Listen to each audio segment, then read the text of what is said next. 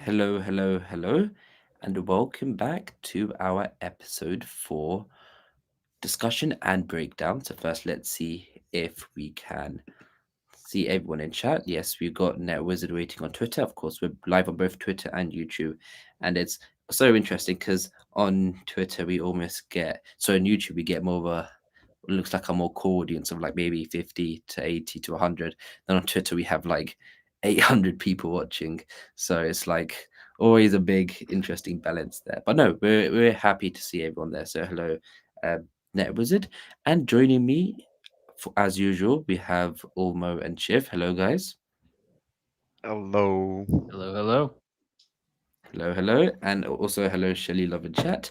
And also joining us, who's, of course, uh, been on here before and as discussed back in season 1. We're great to have him back again for season 2 is Chase. Hello, my friend. Good to have you on. It's always a Hey guys, pleasure. thank you for having me. Definitely, definitely, yes. Hello to everyone in chat. Hello, as I get mentioned before. Hello, Shelly. Hello, Brie, hello, Mickey. Is always nice. Mickey Mouse name always makes me laugh. Always nice to see cool faces. Hi, Mezana from Bonsoir from Bonsoir, Mazirna. Bonsoir. There we go. Gotta do it. Perfect, perfect. So yes, episode 4. Wow. As I said in my review, the complete Middle Earth experience, because boy did we get a lot. And by a lot, let's just get right into it as Kyle will swiftly. Also, we have Carl behind the scenes. It's always great to have you. And thank you for doing the behind the scenes stuff as well. So yes, we have, of course, the start of episode 4, which I believe this is, where let's get right into it. So, and this is a big part of the episode, the relationship, I should say relationship more, the interactions between Galadriel and Elrond. It goes throughout the episode, but the first thing I would like to mention is Galadriel at the start is of the season refrains more. It's like she's holding back. But we kind of see this side of her in season 1 that we see again, whether, some people loved it, some people didn't. It's up, of course, up to you guys. But yeah, how do you guys think about how Elrond is treating her right now? And does anybody want to start off, or do you want me to ask someone? I'm more than happy for anyone to step in. Uh, I'll say something. Go for it. I mean, I'm going to try to keep this to the context of the show because that's what we're working with, as opposed to being like, well, in the books this happened and this and this. But using the show as reference, it seems a little harsh the way he is with her. Like it seems a little intense. But having said that, we know that his past, his dad had to deal with a lot of crap because of those Silmarils, and that cost him one of his parents, kind of. So I could see why he refers to this thing as a trinket and as something that shouldn't be trusted. And yeah, and it's not the first time that Galadriel has been dishonest with them. So that's something. But yeah, sometimes to me it feels a little a bit on the nose, I guess is how I'll put it. Indeed, indeed. And it also potentially challenge this thought a bit further. And again, this is a chase or anyone else. People are mentioning, are we seeing a potentially their roles reversed from season 1? As Galadriel's more feisty one, the more, quick with her tongue, and then Elrond, was the one who was correct all along, not trusting, Galadriel was wrong. But now in season 2, Galadriel is mostly right. They ended up going down to the Barrow Downs when they weren't meant to, and Elrond's the one who's more quick with his tongue and a bit more, anxious. Does anyone else see this potential thing or believe it to be true? Or think no, it's they are going through their own character progressions here. Any thoughts? Ooh, yeah, I I was love gonna that say parallel. it's sort of been Mm. a give and take, I feel like, because there are times when he is right and times when she's wrong. When he says that like we need to make haste and get to Region, that is like, tantamount to like their whole thing. And she's like, well, I think we should go that way. And I'll make a joke like I still think he shaved off 2 weeks on that trip by going south. They may have gotten her, but the rest of them got out, so they can keep Yeah. going if they want to. We all know they won't, Mm. but yeah, I understand the fact that his motivation is, if a Region falls, then we have bigger problems than uh, 6 elves getting waylaid in the Barrow Downs. So yeah, but it is interesting. You're right. The parallel between what they were like first season versus second season, there is a bit of that. But I feel like it's been give and take. It's not just 100% a flip. In one scene, you'll see him behaving the same way he did in season 1, very much the politician. The way that he even got brought into this company and got put in charge was very political of him, very smart the way he maneuvered that. Yeah, I can tend to agree with that. But like, yeah, it is again. You said it was maneuvering. So yeah, I agree. Anybody else want to build upon that or have their own thoughts? I know you were saying is a parallel. Yeah, I like the parallel you made of how their roles are kind of reversed this episode. I will say I was really happy later on in the episode with Galadriel because they gave her a real good hero moment with the fighting and the fire arrows and all that. So that made me feel better. But up until this point, she's getting beat up by everyone, I feel like. So I'm glad we at least towards the end of the episode got a little bit of glimmer of hope for people that like Galadriel. Yes, and Carl, just so we can tackle it now, could we skip please to the Barrow Downs because the Barrow-wights, and let's discuss this. Let's discuss this because we might as well, get it over and done with. We'll also get back to. Don't worry, a lot of what you just skipped, we'll get back to. But first of all, and this is one thing I want to hear people's thoughts on. We meet this company of 6. Are you guys fine with them sticking on Galadriel and Elrond, or do you wish we got to see a bit more of the others behind the scenes? Because we've got these 4 or 5 other elves, and they're pretty much we don't see them much in the episode, or much of them beyond. We haven't really been introduced yet. Or do you think that's fine because we have to stay and stick to the character progressions of Elrond and Galadriel? So yeah, that's initial thoughts on that. Then we'll get onto the actual Barrow-wights itself. Well, yeah, I mean, I'll go first. Yeah, go for it. I think that yes, as much as I would have loved more time with them in the beginning, like when he asks her, "Do you know of a good archer and 2 swordsmen?" and she's like, "Yes," and then immediately they're just off and going. I would have loved to have seen a little bit about like how does she know them? What's her relationship with them? How did she pick them? But I think again, in the context of a show where you have an hour, you have to be super efficient with your time, especially in a show where we've got multiple storylines and so many characters. I think that they've been very efficient with their use of time. Some may feel like it's too efficient since they've cut a lot of stuff. But I think we got just enough to where the moment each of them has said something, we've kind of gotten who they were. The cartographer, the little map guy.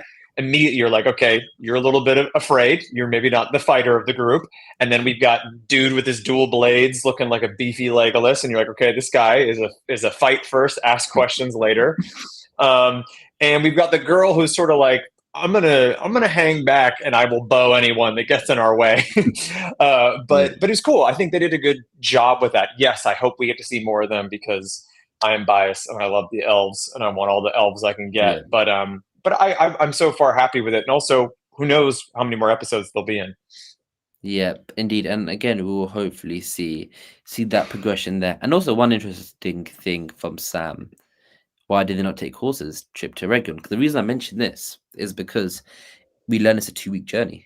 So the start of episode 1, we see, of course, after what's happened in Eregion, we see, of course, the horse chase of Elrond and Galadriel, where Elrond has the ring. So were they chasing that for 2 weeks straight? Because how would that, time-wise would have worked? Unless they were like, it's like a Formula 1 race where you have to stop for a bit, take a pit stop, Elrond's like 5 minutes ahead, stopping their gloves up there. In the morning, they start again. So it's like, thinking some stuff through. But no, anyway, that's a really small thing. And also a really small thing, and shout out to Matt from Lord of the Rings because he spotted this. They spelled Numenor wrong in episode 3. As in they've got the, on the U on top of it, the, what do you call it again? The prefix or whatever, you have the strike across it on top. So they've used the one from Rune, the U from Rune, which has that. Oh, I mean, I know it in French, but not in. Yeah. So it's they accidentally used the wrong expression on the top of the U on Numenor. That's a really small thing. So it's really typo, a literal typo. Yeah, because they Oh, is it an umlaut? Is it? isn't umlaut the 2 dots? Is there 2 dots above? No, I was going to so say No, umlaut, but I thought it it's wasn't. it's like a Yeah. small hat kind of thing. yeah, Oh, on the okay. top It's of this one. Numenor. Yeah, so you have Rune, you have the Accent. It's just an the accent. accent. There you go, accent. There you go. idiots. We We're all had idiots. the brain fart there. Yeah, Just idiots. like, Yeah, well, first I didn't know what was above Numenor. I'm like, I know what an accent is. I just didn't know what yeah, it was in yeah. Numenor. Same. I should have gone that as Yeah. well. But yeah, so There it they've is. used the wrong accent on top of Numenor, but that's a really small thing. So those aren't the things we should be spending too much time discussing. So yeah, just a thought. It's a funny little thing. Yeah. Let's talk about umlauts. Yeah. So yeah, let's go through chat before we can get onto the Barrow-wights and everyone's thoughts there. Okay,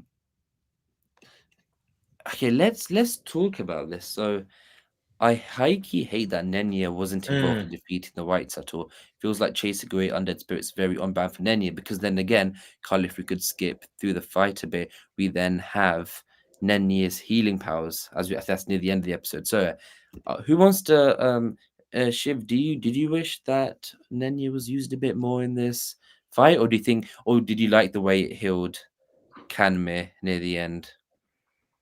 Yeah, I guess I would say I like when it's like lower fantasy, so like not too much magic.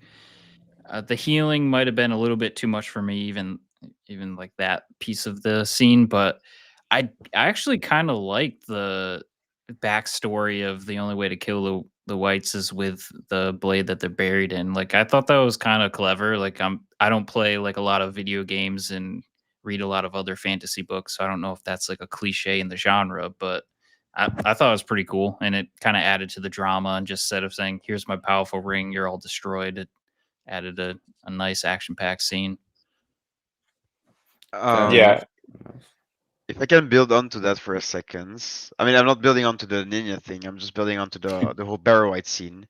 I think it was like a bit sad, in my opinion, because the way that it was portrayed, it lasted for 5 minutes tops, and it felt like just a minor inconvenience towards the fellowship, if you want to call it like that.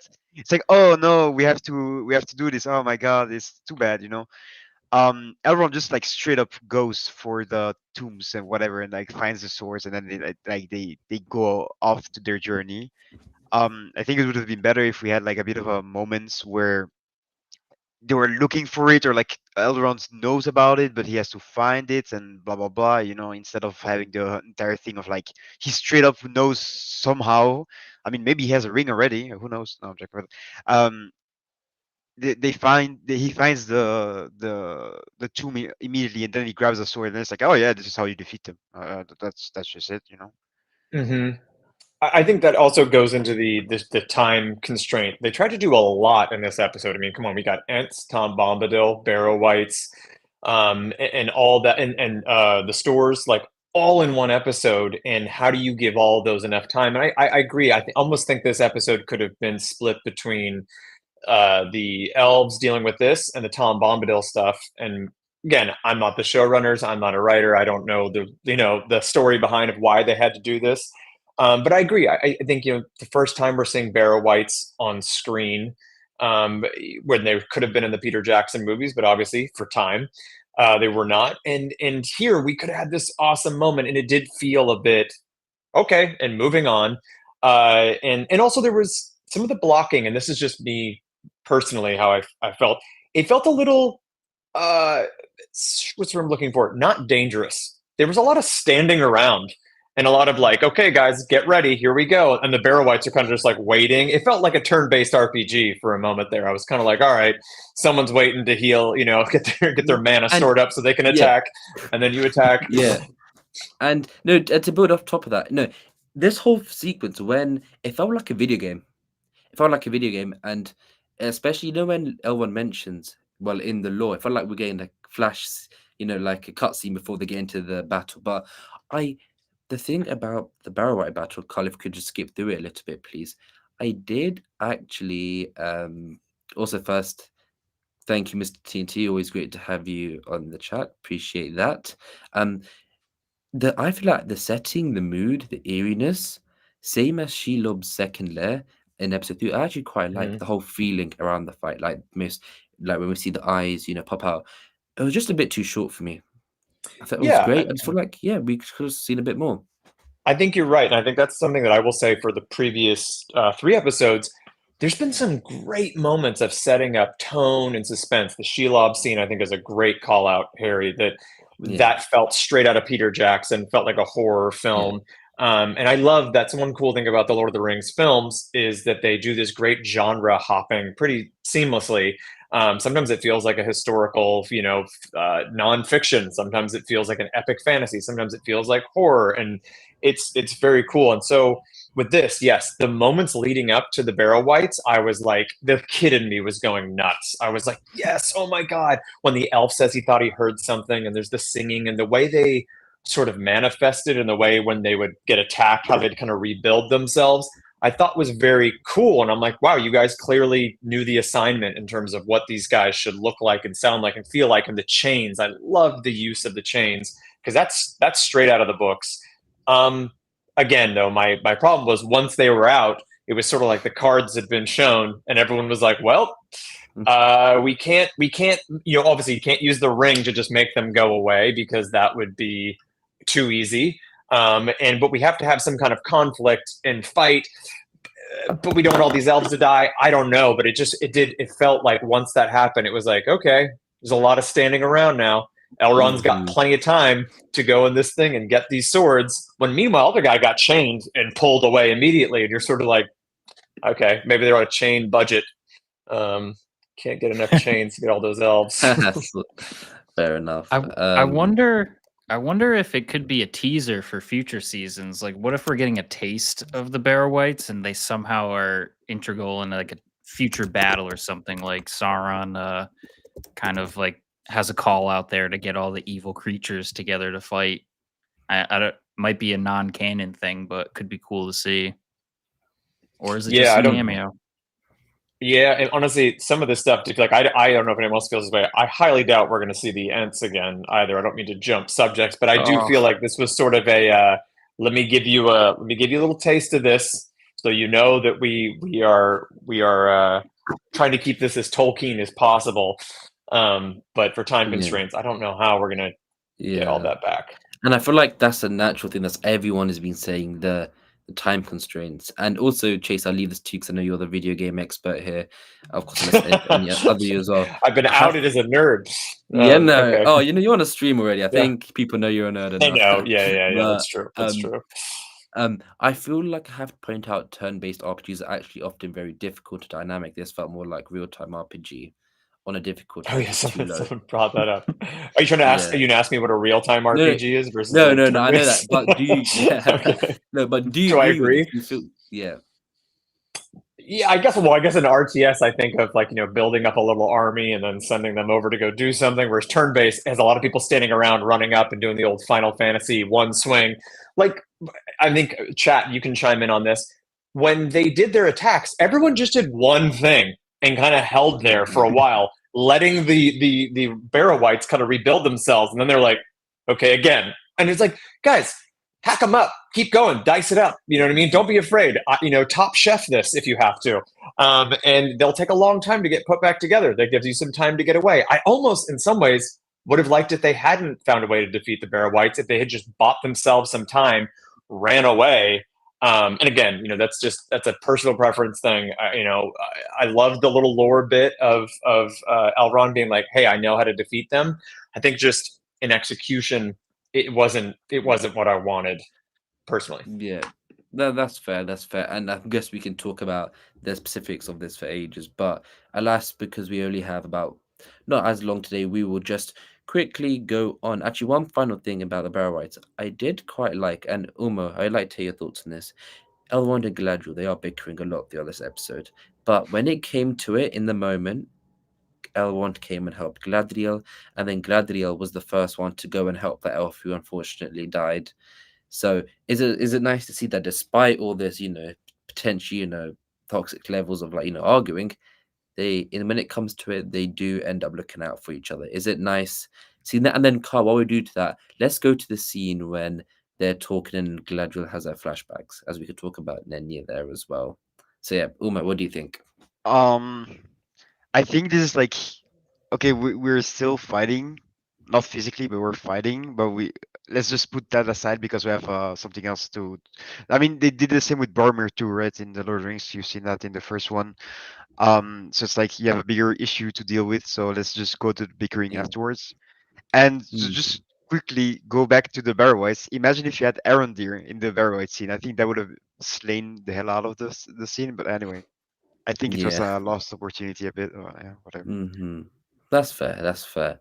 And yeah, with this scene here, the big thing here, Galadriel mentions. First of all, look how they're looking at each other. It's very quite close. But beyond that, it's she mentions you'll have to do anything. She's basically saying, Elrond, you must do anything to keep the ring safe for her and do this for her. So do you think Elrond, you know, he even though he says nope, not that trinket, I guess as Chase mentioned earlier, he does end up saying, I'll do anything for you, something along those lines. So yes. Do you think this all like me? Do you think Elrond will end up doing something that, means that he is, looking out or returning the favor for Galadriel? Anybody have any thoughts?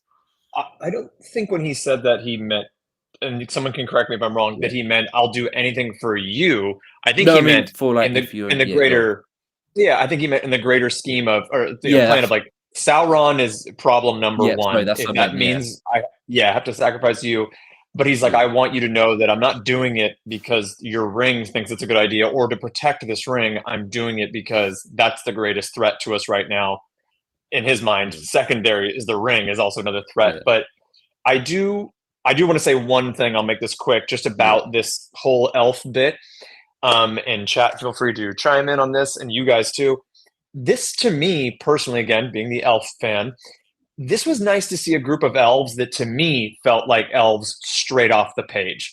They didn't feel inconsistent. They felt like everybody here. I'm like, yes, these all feel like elves from the Second Age and all from Lindon. Like the way they moved, the way they spoke, the sort of the dialogue was great for that as well.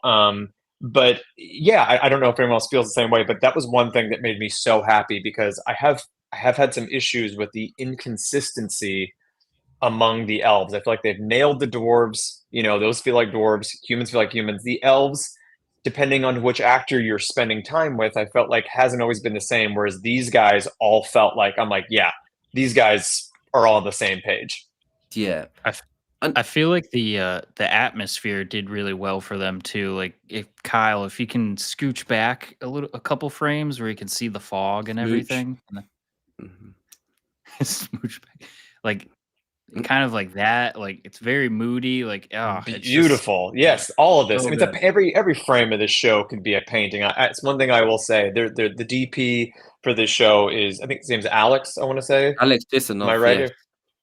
He's phenomenal. Like he's so good, and even if you're someone who hates this show, you cannot say that looking at stuff like this, you aren't just like that is beautiful. Especially in a time when we're watching so many streaming shows that just lack any kind of identity or taste or flavor or sort of edge to it. This is just, I don't know. To me, as the film nerd, also I love stuff like this. Definitely. And again, something they've gotten right. At least here, definitely. And one thing, Kyle, one final thing I want to mention. Could you quickly please skip to the flashback scenes and that look on Halbrand? Because one interesting thing is, once we get to it, Oh, also in chat, just want to say Galadriel is Elrond's mother-in-law. Theorizing great grandmother, but his mother-in-law, and technically his like fifth cousin, if you want to get really into it, because I think they're both descendants of Finarfin. I want to say, I can't remember that. Someone can fact check me on that, but yeah, the Finarfin was the dad, yeah, and then yep. So do you guys think this is from the episode 8 face-off between Galadriel and Halbrand, where we've seen in previous pictures, he's in his Anatar form, but now we see him here looking like the Halbrand form in the Númenórean cavalry armor. So do you think in their face-off to try and convince Galadriel to potentially maybe, join his cause again, he will try to convince her by using the Halbrand form that she almost not fell in love with, but felt connected Finway. Thank to? you. Sorry. Yeah. So, does anybody think this is a foreshadowing or a future scene from episode 8 where we're going to see from their face off? D, what do you think? You think it is? Unless I'm blind, it looks like the same background of the scene where they're fighting with the crown in his hand, because that looks Mhm. like a Region. It Yeah. looks like they lost the original Halbrand wig, though, because that does not look like it. Yeah. Maybe someone misplaced it. True. And Or, I've heard maybe you got a someone blowout. yeah, maybe. But he's also his people said his face looks a lot paler here as well. So maybe that's like a little showing that that light that was in Hellbrand in season 1, that good part, not good part, but like that part that made Galadriel like him is now actually gone, and that's why she can't agree with him anymore because it is not the same Hellbrand. But yeah, do you think that's a potential thing? I could It see feels it. like Yeah. it's Sauron the manipulator. Yeah, he's always manipulating. And what's the best way to get to her is to remind her of what he was to her friend. Yep. Jace, I said D. Oh, so sorry. That's all good. There you go, D. My- There you Yeah. Yeah, everything Chase said, agree with. I'm wondering if they're going to parallel this scene with like another previous scene. Like you think about the callback of season 1 where it goes to young Galadriel talking to Finrod, all that stuff. I wonder if they're going to parallel to a Halbrand scene of like maybe he was giving her advice in season 1 and then kind of spiral out of that into another crazy vision or something. But it does look like it is linked to that crown fighting scene.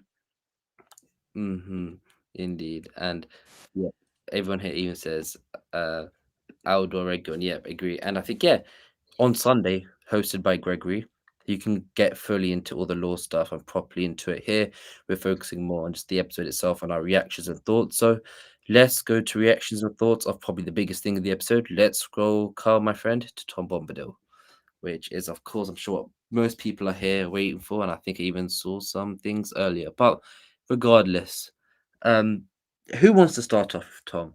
Who wants to start off? We see him, of course. The stranger gets stuck. He's trying to get. He looks like he has a branch from the tree. It potentially looks like future staff or something like that.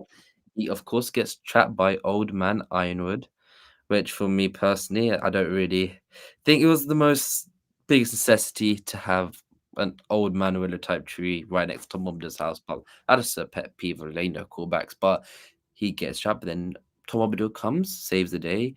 I don't think he sings as much as he did, but he does, stop Old Man Ironwood from taking in the stranger. And then, of course, he's introduced into the house. So yes, as Bree says here, Tommy Boy. The question I want to ask to everyone is, did it make sense for the episode, and did you like Tom's portrayal?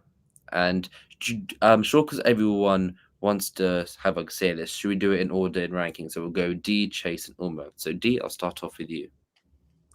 Yeah, I was a little nervous when I heard the accent when he was kind of quoting the book, where it was like have your roots go deep to the water, all that stuff. I was like, ooh, oh no. But overall, throughout the episode, I grew on me, and I feel like it does make sense. Um, I like the bit about how you have to ask the tree to use its branch and stuff. I thought it was pretty funny instead of just trying to take the branch and getting attacked. The parallel between Old Man Willow and the books and this makes sense. But I can see how it's fan service and like, was it necessary? I kind of agree with what you said, Harry, but it's kind of like it's giving the fans a chance to see what Peter Jackson wasn't able to fit into his movies. So it's like, all right, cool. We're at least getting to see a glimpse of that. But yeah, I am curious to see how he plays out in the rest of the season. It sounds like he's going to be like a slight mentor to the stranger, so there could be an interesting dynamic there, but my guess is that's all he'll be, and he won't really interfere in any of the major world events. That's fair enough. Yeah, that's an interesting take. And yep, Chase, on to you. Yeah, I watched the episode twice because my first introduction to him, I just something wasn't clicking with me, and I don't know what it was. Maybe it was sort of he felt a little dark for me, which and the books, I guess I always imagine him as being a little more bright and sunny, and especially I would think in the second age where he's slightly younger, he might be a little more cheerful or whatever. But then I thought about the tone of the show and would that work? Would it probably be too goofy? He's got the accent. I guess that's a Cornish accent. If someone's from the UK, you can correct me, Harry, if that's not what that is. But it sounds very similar to what Sean Astin was doing with his Sam Yep. accent. And one thing I will love, this scene right here in particular, where he talks about being eldest, I think that just totally brought it home for me. I loved that he's like, I've been here since before the first drop of rain and blah, blah, blah, which gave the stranger some context of just like, dude, you think you're old? You think, like I've been here since before, not before the breaking of the first silence, maybe, but he's been here for so long. And oops, something's happening here. Am I still with you guys? I'm getting weird errors everywhere. Yes. Nope, you're still here. Cool. Okay, sweet. So the other thing I'll say is, oh no, I'm totally losing my train of thought. I'm lost. Well, yeah, his performance, I thought, was, given what he had to do in the assignment, I think, Kinnear did a great job. Rory Kinnear is such a good actor, and I thought that he brought some good gravity to it. I will say this, his introduction bummed me out. I really think it would have been a stronger choice, again, my personal opinion, is if the opening introduction to him could have been the stranger getting caught in the tree and him just coming in and getting him out, as opposed to the coming behind him when he was going through the vegetables in the garden and kind of throwing stuff around and being like, oh, hey, and then him running off. It's like you could almost edit that where you just cut it to where he's losing the page, gets there, and our first introduction to Tom Bombadil is him, whispering to the tree to get him out of there. And I thought that would have been a stronger introduction, personally. No, definitely, and yeah, it was. I know maybe some people might say a bit underwhelming because you just turn around behind and he's as Cobbas, but yeah, of course that's from the Lord of the Rings where he helps save the day with Old Man Morello. So yeah, it would have been an interesting callback. And Ormo, to you, I'll change the question a bit. What did you think about this little Goldberry thing? What do you think is going out there? Because of course, storyteller says I heard it out when I heard Goldberry. So why haven't we seen her as of yet? Is it like, is she actually thing? Is it like they're doing a thing where Goldberry's like connected to Tom Bombadil as almost like a spirit, not an actual real being, or is she really there? Why is the Tom Bombadil not showing her? Is it just for us, the audience, to know, and for Tom Bombadil to know, but not the stranger? Or heard one interesting theory that maybe Tom Bombadil, he is almost just essentially, of course, a stranger comes in, he hits his head, he's really tired, and because of that, he's almost like imagining Goldberry is like a thing people imagine when they come there. What do you think? I think that maybe he Radagast shares some of his good leaves with our boy Tom. No, but I don't get where the whole Goldberry thing comes from, and I'm really curious about that. That's maybe the biggest question that I had throughout the entire episodes. I don't know whether we're going to see her or whether Tom is going to be a recurring or important character for the future. I hope so, because it would be sad for him to just pop by and then just be like, fare thee well, and then leave and go back to his lambs and his carrots. But yeah, I did like the little nods towards Goldberry, although again, it wasn't enough for me. Fair enough. And Chase, I know for like you were laughing a bit. I think you have something to say on this. Do you not? I think they're going full psycho, man. I don't think Tom Bombadil. I don't think Goldberry's real. I think he goes behind the curtain. He dresses up like her. He runs a small hotel, and stabs women in the shower when he's not being himself. No, I was super confused by the Goldberry moment because I was all excited. I heard her singing, and I was like, "This is cool." Then the jar rattles. I'm like, "Is she in the jar? Is she? Yeah." I mean, in the books, she's the river daughter, right? So maybe she's the water in the bucket that the stranger was. Yep. Oh, did someone say that? Okay, like the river daughter. Yeah, maybe she's. I don't know. I'm obviously joking because I don't think anyone can definitively, except for maybe Stephen Colbert, answer what Goldberry is. Someone in chat says they think the lamb is Goldberry, but he gave the lamb a different name. So I don't know, but maybe Goldberry is just something ethereal. Maybe there's a little Goldberry in all of us, and that's what Maybe. Tom is trying to let the stranger know. But Definitely yeah, in Nikki because the yeah, golden yeah, hair and everything, blonde hair. yeah. There you go. Yeah. But I truly don't know what was going on there. That's a question I would love to ask the showrunners one day. Of like, guys, what's Goldberry? What's going on here? Yeah. And time will tell. But time hopefully will be quicker in telling us who Kieran Hines wizard is. Because Carl, I know should we skip to first of all scene with him as we can talk about it? Because then Tom Bombadil mentions that in the past he has when of course the Kieran Hines wizard had first come to Middle Earth, he had also gone to the hermit and his house and learnt his skills and abilities, but then became evil. And we learn that he's also an Istar, so one of the five Istari, the Order of the Wizards. And what is everyone's thoughts on this? It's confirmation now that he is one of the Istari. My opinions personally is that he is a blue wizard and he killed his other blue wizard counterpart, and that is why Gandalf, which is the stranger, was sent over to save the day. Because of course in the Peeps of Middle Earth, it's mentioned that, and of course the Sunday panel actually go more into this, but Saruman was the one who was sent east originally.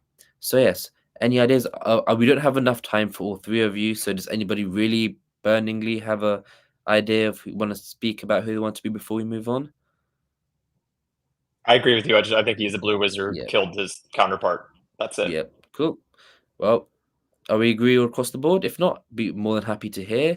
I think people in chat are agreeing with us. Look, blue wizard, Why is he blue not wearing wizard. blue? Look, Yeah. blue's really hard to come by in Rune. Okay, Tom Yeah. Bombadil is the only one who can afford blue. Yeah. Got Exactly. those flashy yellow boots. Unless Tom Bombadil gives the stranger his blue cloak, and stranger is a blue wizard. Good. but Yeah, there but you yeah, go. so that is interesting there. And we'll leave Tom Bombadil now because we will see him again. But before we go on to my opinion, the best part of the episode, let's go quickly to the stores. And more importantly, of course, Grandalf will be the big thing. And we'll get the Sunday show. We'll discuss that. The Sunday show will tackle Grandalf. For us, let's go to what's on the wall, please, Carl. What is on the carvings on the wall? Because I feel like first of all, it's interesting to see that they said they had holes, which of course is a link to Hobbit holes again. But yes, I feel like what we're seeing here is probably the Shire. Any disagrees? Anyone think this is the promised land almost, or what they're going to see? Even see a big tree in the background. Maybe that's The party tree. party tree. There you go. Yes. Mhm. So yes, any ideas, thoughts on if you like this or not? That they are teasing this early, and this is where the storyline is going to be going. Anybody want to I start think you off can here? Chris? see. I think you can see Ian Holm drawn right under there, and he's wearing his little vest, and he's telling Mhm. stories to little children right there about trolls. Yeah. They got to be talking about the Shire. I mean, this is all. So much of this show is trying to harken back to the original trilogy of books, and I feel like that's exactly what this is all about. But can someone actually correct me if I'm wrong? At the end of season one, didn't the Harfoots find a really nice area that the stranger used his magic on, and it was like growing vegetables and seemed pretty nice? I think Isn't that that was what more like happened? no, that's more like a stopgap place. So they want to continue their journey under And the was new. it the Mystics burned it, or I Yes, can't remember how that ended up. Thank you. I think Okay, the Mystics burnt it. Yep. got it. Oh, got it. Okay. So yeah, but yeah, no, it's interesting. Regardless, that yeah, Umo, do you like where this is going? That they're teasing potentially where the show's going to take probably Nori and Gandalf.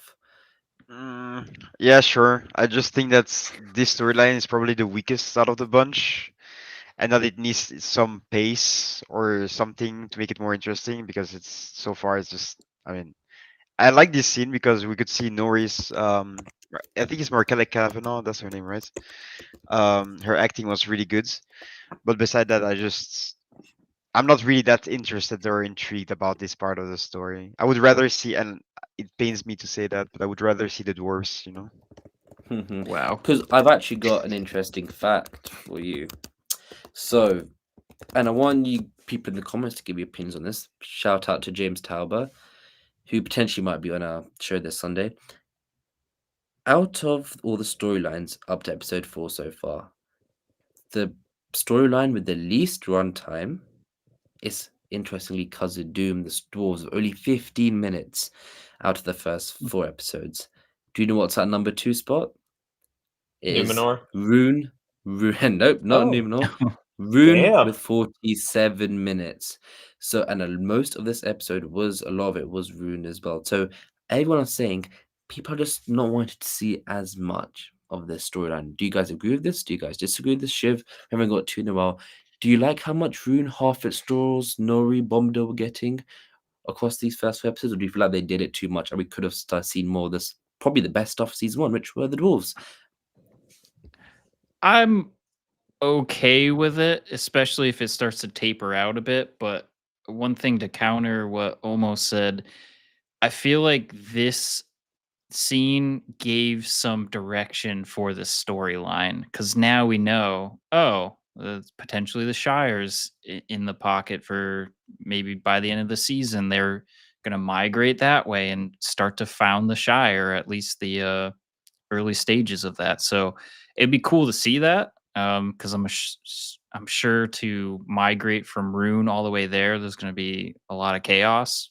Maybe they'll oversee some of the battles or something that are happening at the same time. So I'm okay with it, but I will admit, out of all the storylines in this episode, this one still was like my least favorite. Like the Ents was amazing, and the Galadriel, Barrow-wights stuff, amazing.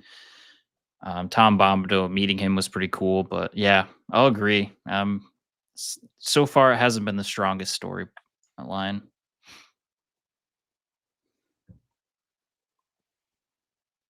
That's fair. That's fair. And yeah, it would be interesting to see how much. And is this true? Because it's called a Suzette. Suzette means the shy drawn. If so, then yeah, I think that pretty much gives it away. So yep, I feel like that is interesting to see. But again, I'm sure we'll get more of them. So there'll be more to discuss down the line. But for now, let's now skip finally to, in my opinion, the best stuff of the episode, which is with the Ents and Elrond near the end. So, how did you guys feel with this moment right here as Carl's got up on screen? First of all, hearing Jim Broadbent talk. Yep, Chase, you want to go ahead? Yeah, I love Jim Broadbent. If anyone here, look, I don't care what you think about Harry Potter. That man as Slughorn is one of the funniest performances in the history of film. He is so good.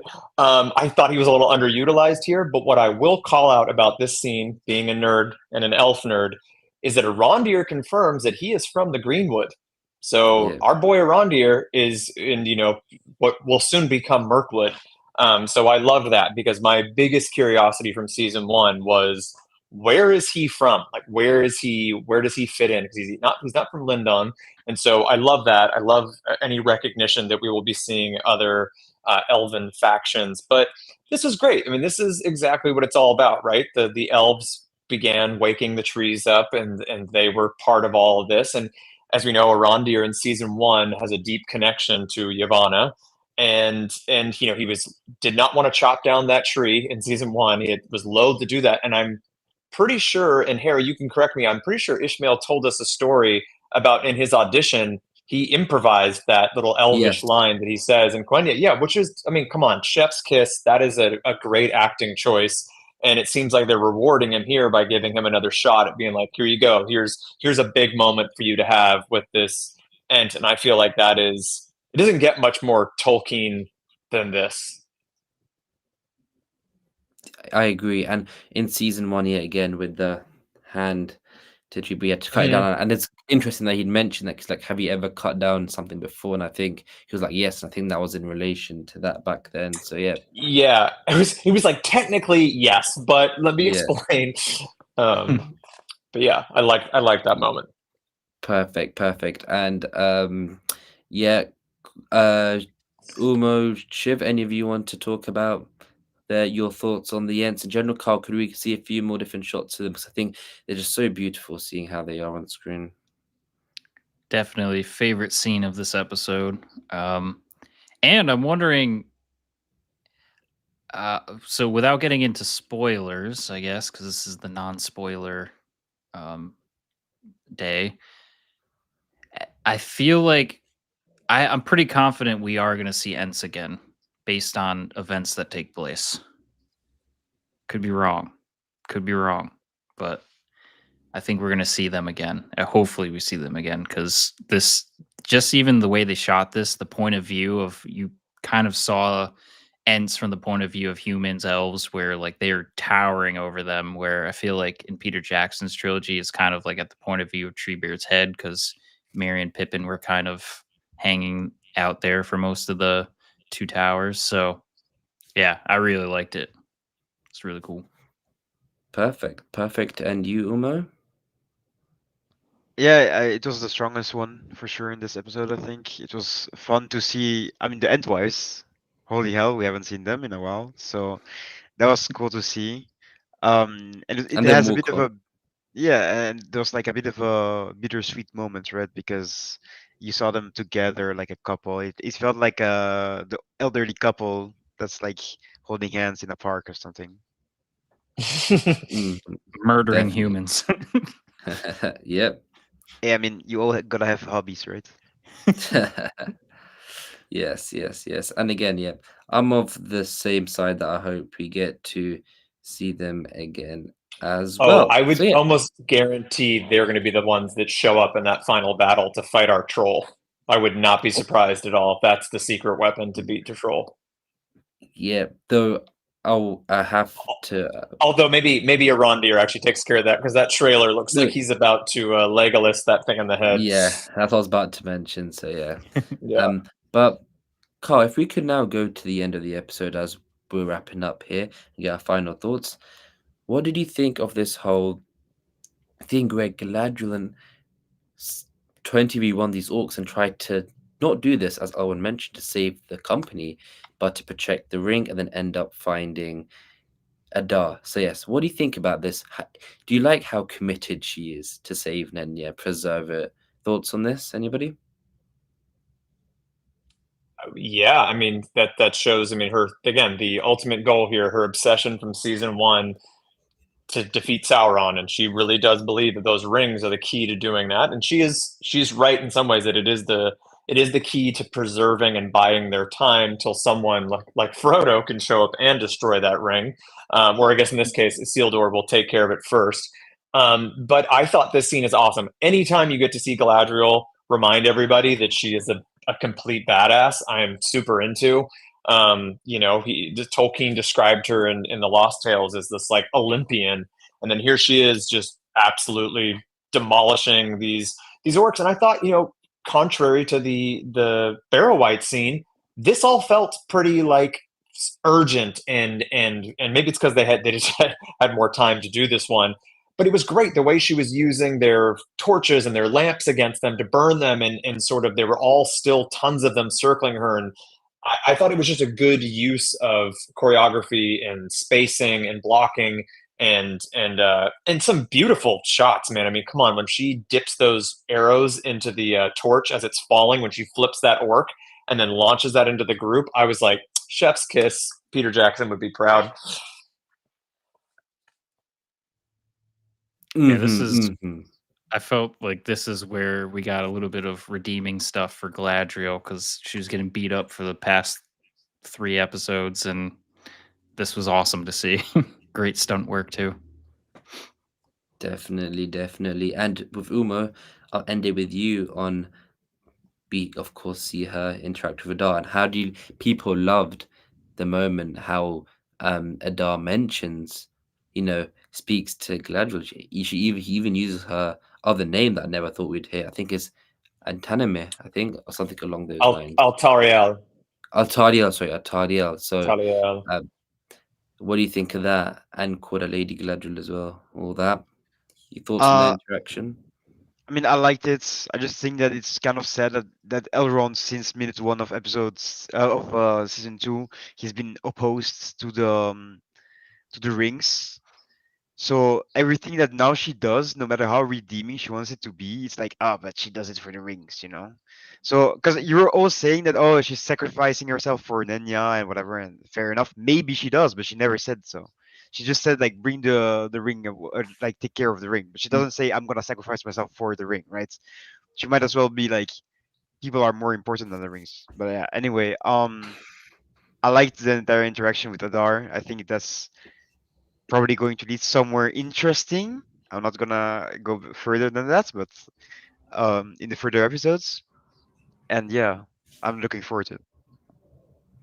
It's cool, good to hear, good to hear. And yes, very, very exciting all around about how their interaction again is going to be like. Because the stuff with Joseph Marley in season one, their discussion there was pretty strong and very. I was trying to find the right word there, but no, yeah, intense. That's the word I was looking for. Intense. It was. But yeah, time will tell that. And now, Carl, if you want to just carry on scrolling throughout the episode while we go through overall thoughts on this, D. Compared to the first four, where would you rank it? What do you like? What did you not like? Ooh, I would say this might be a strong opinion. This might be my second favorite episode so far this season. The first being the episode with the Celebrimbor and Atar back and forth. I really Same. like that a lot. Yep. But yeah, I think there was a lot of feedback on this episode I saw online, like people that's in the chat too. A lot of people saying it's least favorite, but I felt like it gave a lot of diversity slash like setting up new storylines potentially too. So it's kind of world building again, and a lot of people said this kind of felt a lot like season one pacing.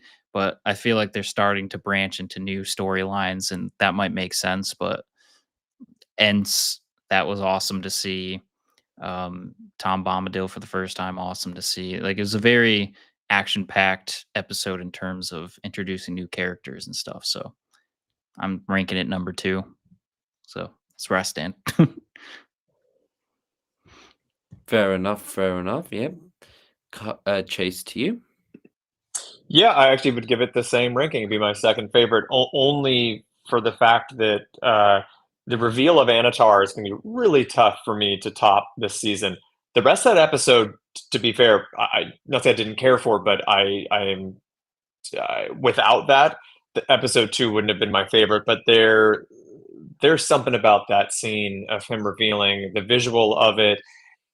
Also, I think as fans, we've all wanted to see that moment. We really wanted that from season 1, but I understand why they went this route. But yeah, and I think for this one, I enjoyed it. I think someone in chat, I think it's Flixer, I have to check there, has said 2 things that I agree with. One, this episode was almost like the what was it, the Long Night, or it was from Game of Thrones. It was very dark. I luckily have an OLED TV, otherwise I don't think I would have been able to see half of what was going on. But I also felt like, and this person in chat said the same thing, which was it felt a little maybe too fan servicey to its detriment. Where again, the reason we didn't get that much time with the Ents or that much time with the Barrow-wights or Tom Bombadil is because they had to cram this all in here, and it really felt like a greatest hits of Middle Earth experience. But sometimes, we want to just dive into some of these things. But in terms of performance and everything else, I thought it was great. So yeah, it's my second favorite so far, and it's introduced a lot of interesting questions and visually beautiful. Great to hear. Great to hear. And finally, you, Uma. I think you said it perfectly in the YouTube video when that we posted that like if you're 12 years old, this is like the perfect thing for you to watch, right? I'm not saying that. I read a comment on YouTube of someone that said like, "Oh, I must be 12 or something." I'm not. It's not an insult. It's just like saying that you see a lot of monsters and you see a lot of interesting and cool stuff. To me, it's not the best episode so far, but it's clearly not an episode that's supposed to be the wow factor yet, at least. It's supposed to be building up towards like 5, 6, 7, 8 or something like that. So I'm okay with it. I'm just okay with it. Fair enough, fair enough. And um yeah, it's a split episode of what people think about it. Some people really like it. Some people might think it's, they want to see Celebrimbo and Adar. It is mostly up to preferences, and we will have to wait till episode 5 to see where the story continues. And the same for us. We will see where it continues too. And we will see you on Sunday. And sorry if it was a bit shorter today, but I think we did end up covering everything that we did need to in a timely manner. So that's great job to everyone, Kyle, everyone in the panel and the chat as well. So yep, great discussion, very great discussion today, everyone. I think we discussed a lot of good points. So yep, I'm very happy here, and thank you, Shiv. Thanks for having me. Can't wait for next week. Indeed, indeed, indeed. Thank you, Chase. You're welcome. Thank you for having me. No problemo. And again, thank you to Ulmo and then everyone in our live chat as well. Thank you, Ulmo. Always a pleasure. Thanks, Euron. And also, everyone give Ulmo a little shout out for editing all our videos all the time Woo! as well. Go So yeah, Elbow. great job there. It's fine. And I have Master plenty of of the time. Sea. Yeah, exactly. I have plenty of time with the Premiere. fish. I'm just editing down here in the depth. Yeah. Yes. Thank you again, everyone in chat, all the regulars, Flixin, Mickey, Storyteller, Crawling Chaos. And yes, and guys, make sure it's Sunday where you have Gregory and the team, Strider and the team going through the whole lore discussion of it. But from all of us here, we're signing out and we will see you next Friday. See ya. Thank you. Goodbye.